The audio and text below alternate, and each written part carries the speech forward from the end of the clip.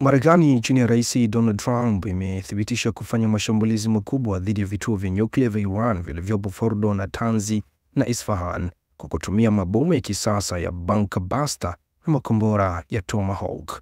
Trump amesisitiza kuwa operesheni hiyo imekuwa yenye mafanikio makubwa, huku akionya kwamba bado kuna malengo mengi endapo Iran itajibu mashambulizi hayo. Hata hivyo, Iran imejibu kwa mashambulizi ya makombora dhidi ya Israel na kujeruhi zaidi ya watu 20, hali iliyoongeza hofu ya kuongezeka kwa vita katika eneo la Mashariki ya Kati.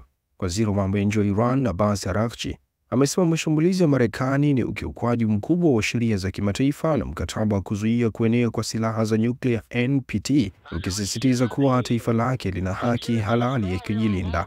Wataalamu wa siasa na sheria za kimataifa wamesema hatua ya Marekani na sheria kuvunjika kwa mfumo wa kimataifa wa sheria.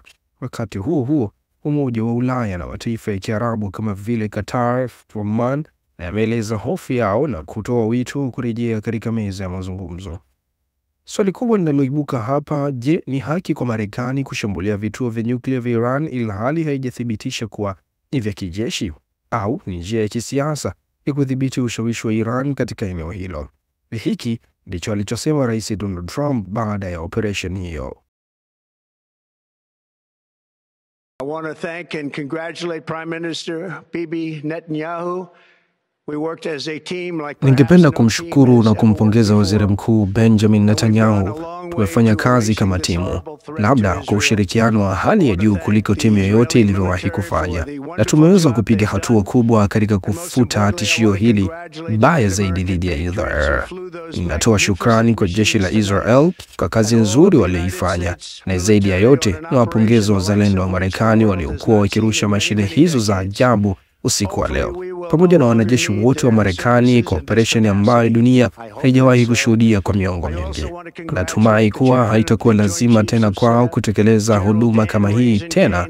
Natamani iwe hivyo. Pia ninatoa pongezi kwa mwenyekiti wa wakuu wa majeshi General Dan Reinsingham, jenerali mahiri sana, na kwa viongozi wote mahiri wa kijeshi waliohusika katika shambulio hili. Pamoja na yote haya, hali hii haiwezi kuendelea. Ama kutakuwa na amani au kutakuwa na janga kwa Iran, janga kubwa kuliko tuliloliona katika siku 8 zilizopita. Kumbukeni, bado kuna malengo mengi. Lengo la usiku wa leo lilikuwa gumu zaidi kati ya yote, kwa mbali, na huenda likawa hatari zaidi. Lakini kama amani haitopatikana haraka, tutalenga malengo mengine kwa ustadi, kwa kasi na kwa usahihi. Malengo mengi yanaweza kutekelezwa kwa muda wa dakika chache tu. Hakuna jeshi duniani ambalo lingeweza kufanya tuliyofanya usiku wa leo. Hakujawahi kuwa na jeshi lenye uwezo wa kufanya kile kilichofanyika muda mfupi uliopita. Kesho, Jenerali Ken na Waziri wa Ulinzi Hegseth watakuwa na mkutano wa waandishi wa habari saa 2 asubuhi Pentagon. Na kwa mwisho, napenda kumshukuru kila mtu, na hasa kabisa Mwenyezi Mungu.